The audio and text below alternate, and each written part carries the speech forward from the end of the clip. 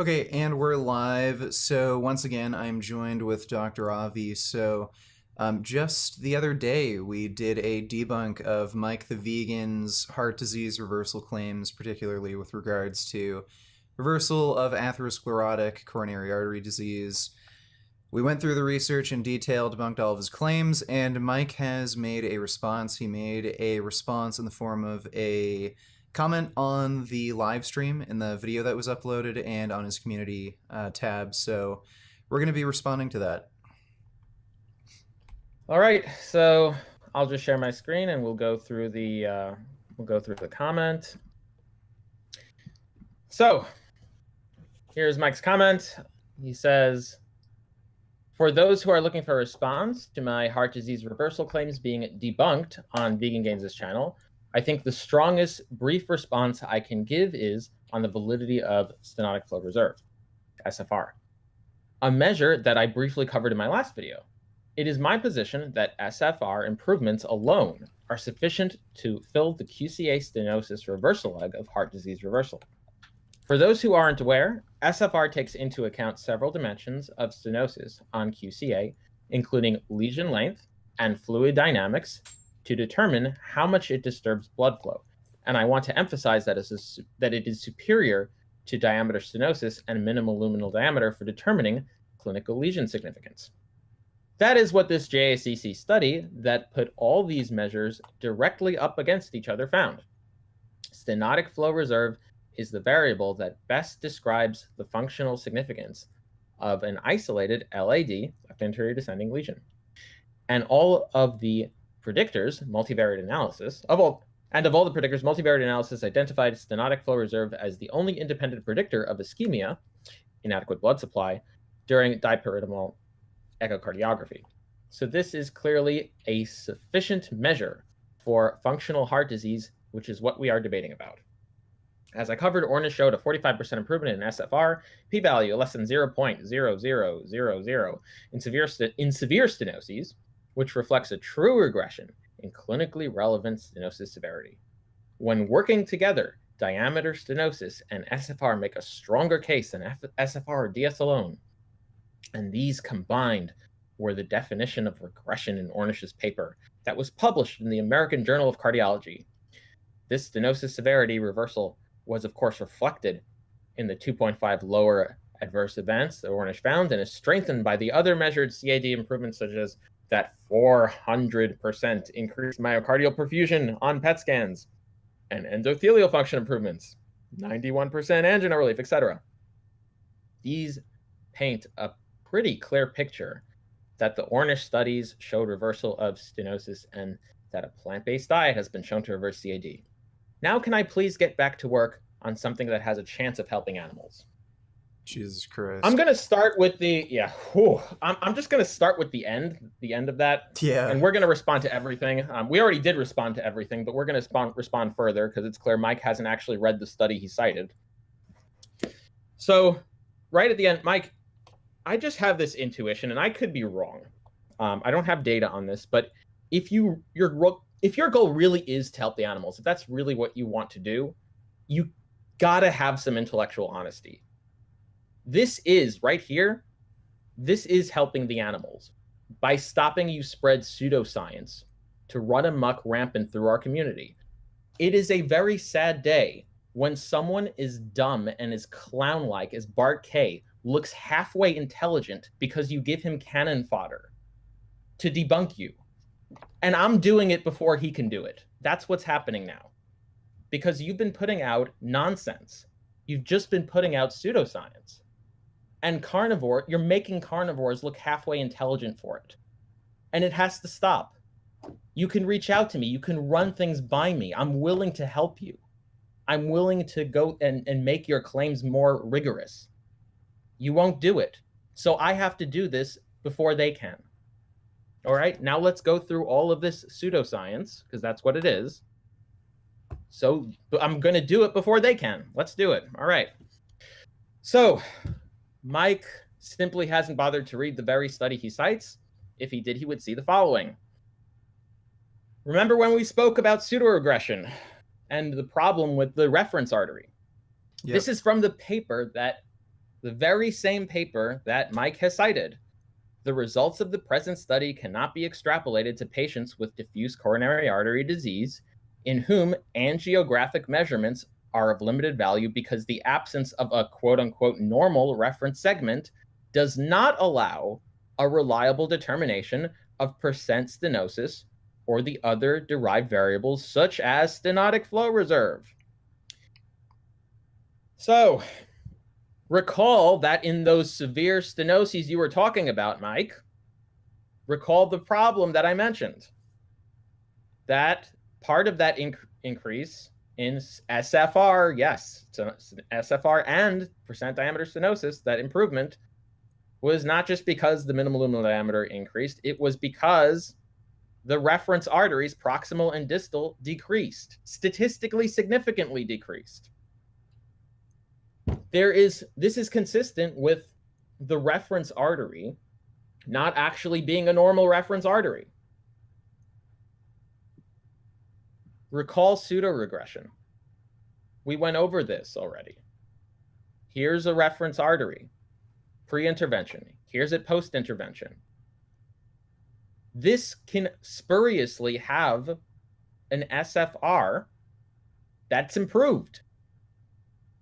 We'll go through the math on how that works. It's not just that this spuriously improves percent stenosis. This can spuriously improve SFR.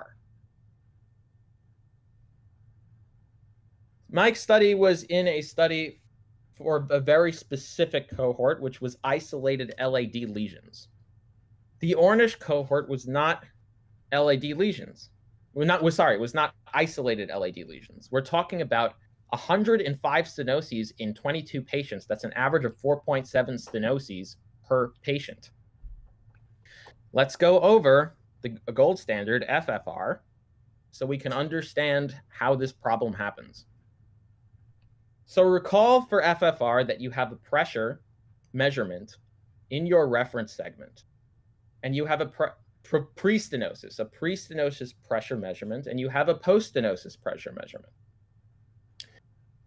Now, if you think about it, Richard, as this stenosis worsens, you can imagine that the pressure difference is going to get greater. The pressure post-stenosis is going to be lower, and the pressure pre-stenosis is going to be higher. It's going to be backed up. Does that make sense? Yeah, perfect sense. Yeah. And the reverse can happen. So the pressure drop gets higher as the stenosis is getting worse, and the pressure drop will get lower. If you imagine it opening up, the pressure difference will get lower because now it's not going to be backed up anymore. This is the equation. Recall the equation that we talked about already in the video, Mike, if you bothered to watch it. This is the equation for SFR. Stenotic flow reserve is a delta in pressure, and that's calculated by 8 times pi times the blood viscosity times the length of the stenotic segment divided by the cross-sectional area of the stenotic segment multiplied by 1 over the cross-sectional area of the stenotic segment multiplied by the blood flow plus the blood density divided by 2 multiplied by this term, which is 1 over the cross-sectional area of the stenotic segment, minus 1 over the cross-sectional area of the reference segment. That term gets squared multiplied by the blood flow squared. That's the inference to the change in pressure, that difference in pressure that the gold standard FFR measures. So all of this, notice the terms, by the way, are just in terms of your minimal luminal diameter and your reference artery in the first place. All of this that takes into account the terms of fluid dynamics is trying to approximate this. That's what you're trying to get in this gold standard. Now, how does this play into pseudoregression? So this is really the term that counts over here. This 1 over the cross-sectional area of your reference artery, this A of n. Notice how if A of n in pseudoregression, if A of n is going to get smaller. So what's going to happen is this term right here will get smaller because think about it. if we assume that the normal reference artery is a normal reference artery, and as many times as we have evidence in this case, it may very well not be normal and has diffuse ASCVD, and it progresses, the reference segment of the artery gets smaller, as we've seen in the Ornish trial. Now, what happens here is that this term gets smaller. So this term right over here, that cross-sectional area of the reference artery gets smaller. What happens to 1 over that? Well, 1 over that gets larger. That's just math. What happens then? If this whole term over here gets larger, then 1 over the cross-sectional area of the stenotic segment minus 1 over the cross-sectional area of the reference segment, this whole term becomes more negative or lower in magnitude if it's positive. What does that mean? Well, if this whole term becomes lower positive or becomes lower in magnitude or becomes more negative, then this delta P becomes lower. What that means, because it's just this term plus this term. Is what I'm saying making sense so far? Yeah, basically what you're saying is in the same way that if a reference artery shrinks down, you're going to end up having less of a difference in pressure in the reference artery, before the stenotic segment and then after the stenotic segment. Right. So, but notice how, but notice how this is not actually measuring. So it's important because to notice that this is FFR and this is actually measuring those pressures. Yeah, it's right? not an actual measurement. Yeah. It's basically trying to approximate the measurement. But because it's using those approximations, you end up having the same thing with the same issue with pseudo-regression. Yeah. Right. Because your delta pressure is going to get lower if your cross-sectional area of your reference artery gets lower by progressing in plaque. Now, if your delta P gets lower, you'll infer that your plaque is regressing. Because the difference is lower. But really what's happening is more plaque is building up. And if you actually measured it, you would actually and you found the right reference artery, you would have an increase in pressure drop. So that's the problem with pseudoregression for SFR. And as mentioned in Mike's own paper, that's the problem. Yeah. If you look at those severe stenoses, that's the problem. The reference arteries got statistically significantly lower in diameter, and they'll get lower in cross-sectional area. Like, that's pretty pathetic too, because I mean it's explicitly stated in the paper. Like, if he had bothered to read it, he would have known that. It's really bad. He's grasping for straws. He's digging. It's sad. It's really sad, and it's unfortunate that this is happening. So that's just one problem, by the way. Just one problem is that the very thing that says in the paper that you shouldn't use SFR for applies to the evidence he's trying to bring to the table. What else? The other problem is that, well, guess what? It's a snapshot correlate. So this is a problem even for snapshot correlates. This is what we're looking at is our delta correlates. We went over this in the original video. We don't have to go over it again. But we should just revisit that FFR and SFR correlations have been investigated as snapshots. They're not that impressive. 0.47. As deltas, they're probably going to be even worse. We saw 0.64 or 0.65 correlation coefficients drop to 0.14. We've seen things drop down to 0. We can only speculate how low FFR and SFR is, especially in the context of pseudo-regression. Yeah, it'd probably be pretty close to 0. Let's go over the rest of what Mike has said. So, SFR, the points are, in the very study that Mike cites, the specific context, it says not to use SFR in a context that we have reason to believe the Ornish trial applies to, in that very same subsect of severe stenosis. We went through the math about why that is. So I can't stress it enough. You can have in that context, you can have a strong improvement in SFR, and you can have worsening of blood flow. I just want to hammer that point home. When you have pseudo-regression, you can have a great improvement in SFR, and you can have worse blood flow. So I don't know. I mean, I don't know what to say. And then there's the difference between correlation between X and Y and correlation between delta X and delta Y. It's just not reliable in the very context that Mike is trying to put, as mentioned in his own study, if you bothered to read it.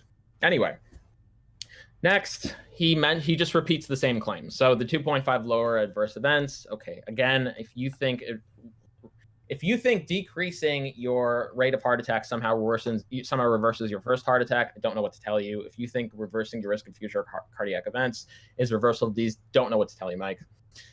Everything else have been addressed. We addressed 400% increased myocardial perfusion. No. So again, there's a difference between improvement relative to the control that worsens and statistically significant improvement compared to where you are from baseline to where you are in follow-up. If you look at all of the endpoints in the myocardial perfusion PET scans that Ornish did, not a single one was statistically significantly improved from baseline to follow-up. Not one. We can say that it prevents things from getting worse, which is all we should really have to say. We shouldn't need to be ideologues and dig our heels in the sand with pseudoscience to try to overstep that bound. When we look at the other claim, was there a statistically significant difference from baseline to follow-up? The answer is no. Not for one metric. Not for one endpoint on this. Endothelial function improvements. Again, the study Mike cited ran 90 different statistical tests, has the problem multiple comparisons. If you run any correction for the problem multiple comparisons, nothing is statistically significant. Also, we don't cherry pick studies. If you were to run a meta-analysis on the treatment effects of the plant-based diet for endothelial function, the results will be null. Sorry. And null with respect to baseline to follow-up. 91% angina relief. Again, we did this already. We'll do it. We can go through it. You know what? I'll show it again. It's fine. So, symptoms though. Here's the meta-analytic summation. Again, you can't do a meta-analytic summation because this is one study with related variables. I just did this to show that none of these individual endpoints are statistically significant from baseline to follow-up. And let's just show that for endothelial function. Same story. If you were to summate, you get nothing. If you were to summate, you get nothing. Null. What else? Did he say anything else here? Etc. He said etc. Okay, so it shouldn't really take that long. Mike, I'm going to keep doing this as many times as you push pseudoscience in this community. I'm going to continue to do it before the carnivores get a chance to. And it's not just going to be you, Mike. It's also going to be Dr. Greger. It's also going to be Joel Kahn. I'll do what I can. I don't have all the time in the world, but I'm going to try to do it for everyone. You included. You're not an exception. In fact, you're making yourself the rule. I don't know what else I have to say. If anyone has questions, they can ask questions. If anyone's willing to debate, if any of them Mike fanboys in the chat, if any of them think they can defend his view, I'm more than happy to have a conversation right now. So I actually have a few, at least two comments that I think you'd want to respond to. So somebody in the chat asks, why don't we see these kinds of debates on Vegan Gains' channel against actual doctors? Surely there's more value to debunking Dr. Greger rather than Mike. Do you want to respond to that? Sure. Yeah, absolutely. Because I've asked every single one of those doctors to have a discussion, and they've refused. Dr. Esselstyn refuses to have a discussion with me. Dr. Ornish refuses to have a discussion with me. Dr. Greger refuses to have a discussion with me, particularly on this topic. Well, I'm not going to get into that. I would love to have those doctors on. I would love to talk to them about this. I've revealed my arguments to them. I've shown my deck to them. I haven't gotten any coherent response to the points of the MPI, the endothelial function, the pseudo regression, the problem with QCA and how it doesn't correlate with plaque. I haven't gotten any good responses, and they're not willing to have the conversation. So that's my response. And by the way, I'm willing. And the offer is still open. So if you're watching this, Dr. Esselstyn or Dr. Esselstyn or Dr. Ornish or Dr. Gregor, I really hope you decide one day to defend your views. Okay, here's a good one. So if CVD is not being reversed, what is driving the increased blood flow, decreased angina, and decreased cardiovascular events? Yeah, so again, we haven't actually shown any of those things except for the events. We have not shown statistically significantly improved blood flow. What we have shown is it stopped getting worse compared to the control. That was the thing that was shown to be statistically significant. If you look at the control, it got a lot worse, and that resulted in the difference in data points that reached statistical significance. But if you ran the same metric comparing baseline to follow-up, that's not statistically significant. We can't actually claim improvement in blood flow. Same thing for symptoms, by the way.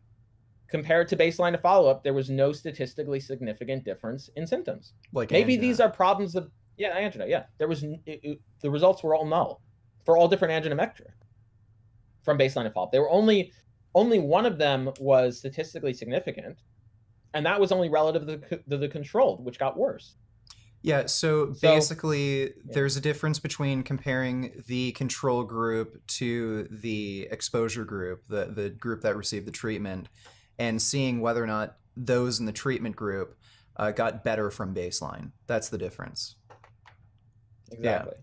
Now, as far as events goes, hey, events, that's a great question. I don't know and I don't need to know, but it could be a lot of things. It could be plaque stabilization, which, by the way, is not, if you're just stabilizing your plaque, you're stabilizing your disease. Great. You're not reversing your disease. Sorry. But no, you're not. It has not been shown to improve blood flow. It has not been shown to reverse. Actually, yeah. I mean, it hasn't even been shown to reverse symptoms. Now, it could be a power problem with the study. Fine. But then or it could just not, or it could just be that the results are null because they're null. Only way to find out, hey, do a larger study. Okay, here's one from Streamlabs. Nikki Espinoso donated $2. Oh, Nikki again. Can I debate Avi? He is a cowardly sower of lies, and he didn't answer my question about bypass surgery or mechanisms.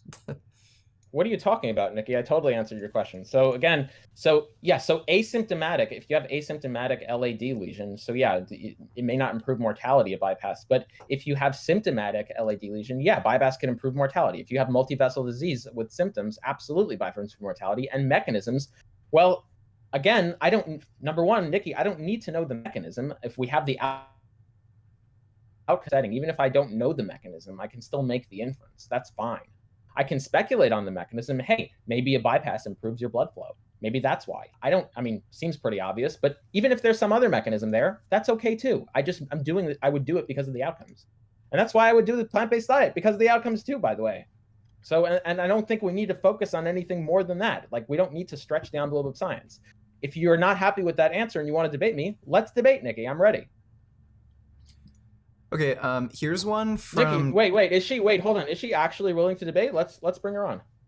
Okay, do you have her as a friend on Discord, or do you want to just hop in the debate? Absolutely not. I think I absolutely don't have her as a friend. I don't...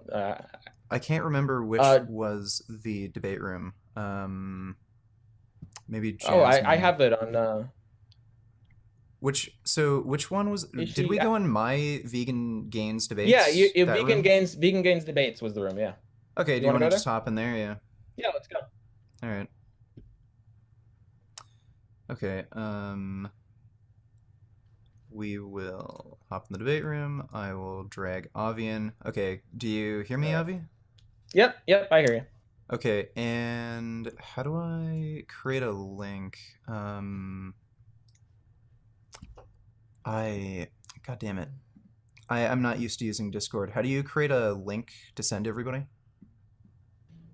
Let's see. Right click. Let's see. Oh, I can't do it. I'm not like what's Notification, it clone. called? I just can't remember how to copy message link. No, that's not it. Wait, do I right click on the channel? Here, let me see. Let me try it on my Discord where so you see where you right click and you say invite people? Like if you Where? right click on a go to any of your channels and do a right click and press invite people. Okay. Oh, there we go. Okay. Yeah, so you see the link come up? Okay. I'll just Yeah, post paste that in. that in the description, everybody. Oh, Mm-hmm. Jasmine just did it for us. Okay, never mind. I'll just put it in the description in case anyone wants the link. Yeah, boomer, whatever. I'm a millennial, okay? Just not used to using Discord. By the way, Nikki, we're waiting for you, Nikki, if you want to come and defend your view.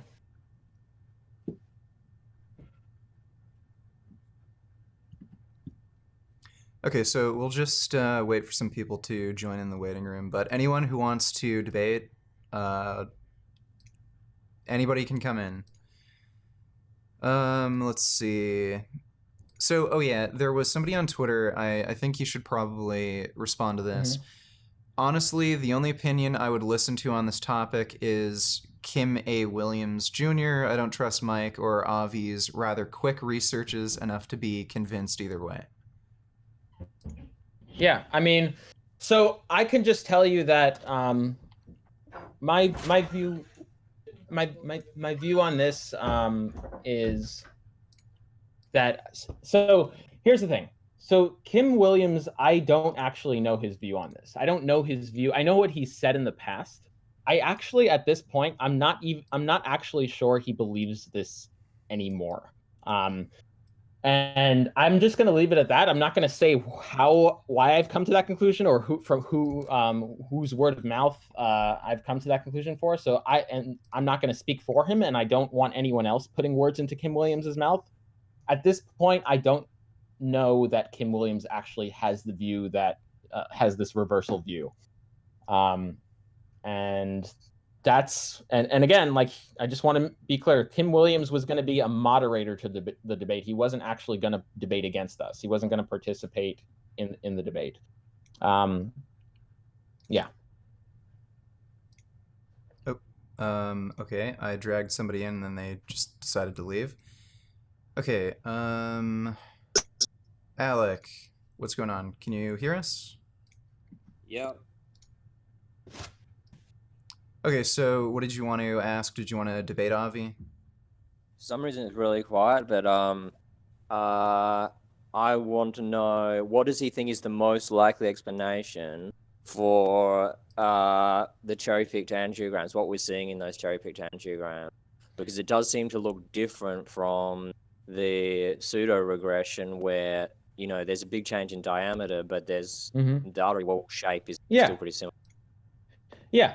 For the cherry-picked angiograms, you can have 1.5 million different explanations, and the answer is I don't know which one it is. It could be that the original thing was not even plaque to begin with. It could just be an arterial vasospasm. That actually happened with my father. I can actually give you my own little anecdote.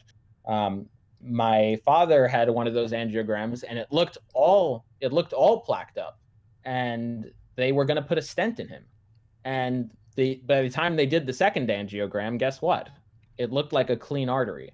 And the cardiac interventionist, they swore that it was plaque. So things can look like plaque on an angiogram, even though they're not plaque. And you can have just the normal, and it was really no plaque there to begin with. So there could be any sorts of, there could be 1.5 million different explanations for it. It could be regression to the mean. It could be so many different things. We just don't make inferences based on cherry picking. Yeah. So it could be regression of plaque if it was, but you'd expect it to be like newer plaque if it was. Would you expect it to be newer plaque if it were regression of plaque? Wait, what? Do you think newer plaque softer plaque would regress more easily? Oh, that is a theory. It makes sense, there's not a lot of really good data on this. There was recently the Evaporate trial was posted looking at this, but there were the same similar problems with the Evaporate trial as the problems I'm mentioning here. So that's the prevailing hypothesis, that newer plaque will have more potential to regress rather than the older calcified plaque. How much that actually bears out, maybe it bears out. I'm not sure. And there's generally plaque regression studies are very problematic, especially when they're in parallel trial design. There's a lot of claims of regression that overstep their bounds, even in pharmacologic settings. Right. And do we have images of that type of, what did you call it, a spasm or something that can cause arterial vasospasm? Yeah. Do we have coronary artery images vasospasm? You could type it into Google Images. All right. I don't have it on a slide deck right now, but yeah, coronary artery vasospasms can look it up and present. All right. I think that's all for now. Cheers. All right, thanks.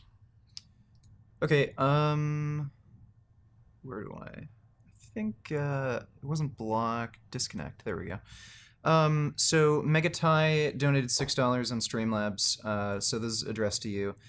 I am so out of the loop. What did Dr. Gregor and Mike get Richard, wrong? I think you cut out. Oh, wait. I don't know if I can hear you. Can it? Oh wait. Is my Discord not working or something? Voice Richard, you there? What? It's working here. I'm hearing a little bit, Richard. Oh, there. Okay. For some reason, it wasn't picking up my mic on Discord. Okay, so this is addressed to you, Mike's Avi. really muffled now, Richard. Oh, it is? What? Let me just back out then, and I'll rejoin.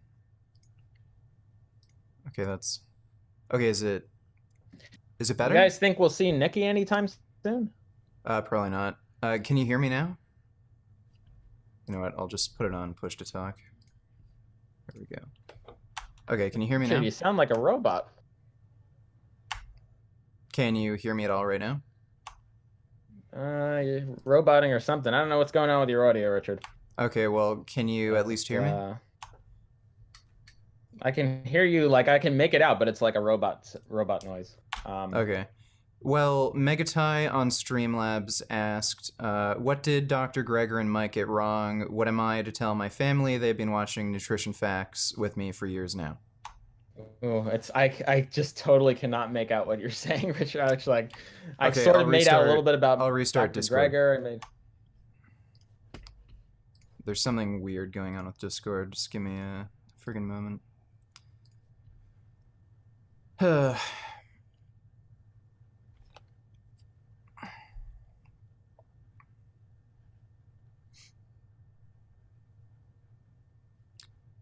Okay, there we go. Debate. Oh, he left. What the fuck?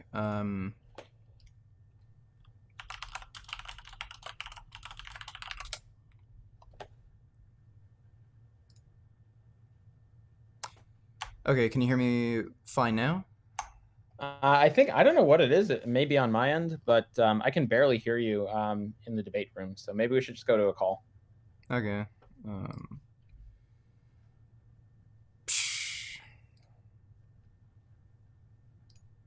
Okay, do you hear me good now? I don't know what's going. Yeah, I can barely hear you. And if the stream can hear you, then it's probably on my end. Maybe I think everybody on. Maybe I'll try closing Discord and reopening it, I guess. Sure.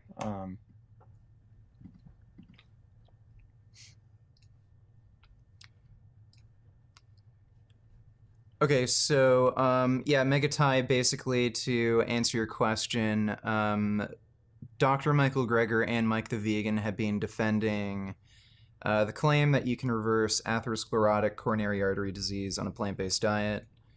What does that mean for whether or not you should continue watching Michael Gregor? Okay. Okay, can you hear me fine now? No, it's not any different, Richard. That's weird. Okay, not sure what to do about that. I don't know why that happened. Oh, I know what's going on. Okay, do I sound fine Oh, now? now it is. What was that?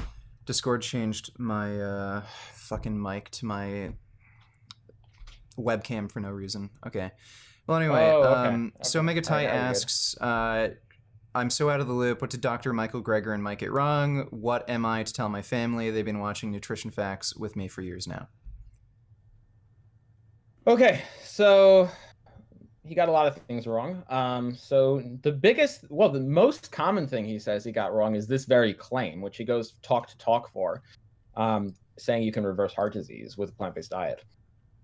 He stretches the envelope of science many, many times. He gets organic stuff wrong. He made actually a statement where he talks about bodybuilders tanking their testosterone level because they were consuming high protein diets, when in reality it's just because they were cutting to 5% body fat or lower. He was the whole anti-GMO stuff, the Monsanto, the glyphosate stuff is just completely wrong. What else? Oh, artificial sweeteners, the things he said on that are just completely wrong. I actually have a video recorded. So it's interesting. So Dr. Greger actually reached out to me, and he offered me to help correct his material to put out better information. But in order for me to be part of Nutrition Facts, I don't want to do it unless he's willing to have a discussion with me about the main claims that he's getting wrong, or else I don't want my name associated with it. And he's not willing to have a conversation about that. And until he's willing to have a conversation, and I hope he is, but I'm not going to put my name associated with something that's just putting out pseudoscience. If he's willing, I might still be willing to help him correct some stuff. If he wants to send it his way, I'd rather him just not put out more nonsense. But hey, so yeah, I'm willing.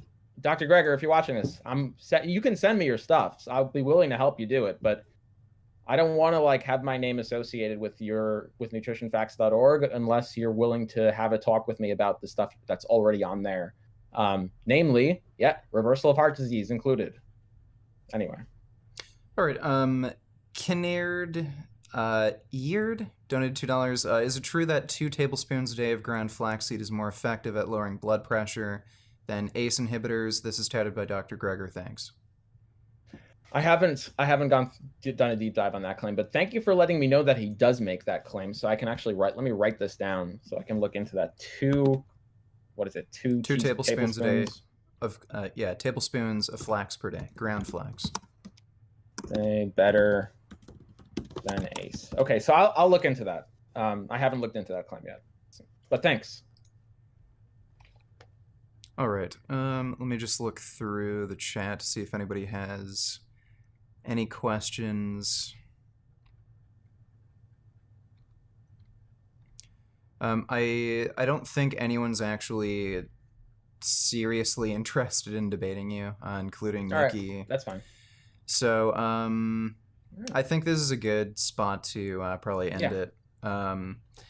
Look, again, debate offers open to anyone, including Mike the Vegan, Dr. Greger, Esselstyn, Ornish, whoever. You can contact Avi through Discord, through Twitter, through his YouTube channel. There's a number of different sources to contact him. I will also link Dr. Avi's channel and the research Discord if any of you want to take a deep dive into the research that Dr. Avi referenced and check for yourself. So hope you all found this informative, and thanks for coming on the stream again, Avi. Appreciate it. For sure, anytime. Okay, and have a good night, everybody.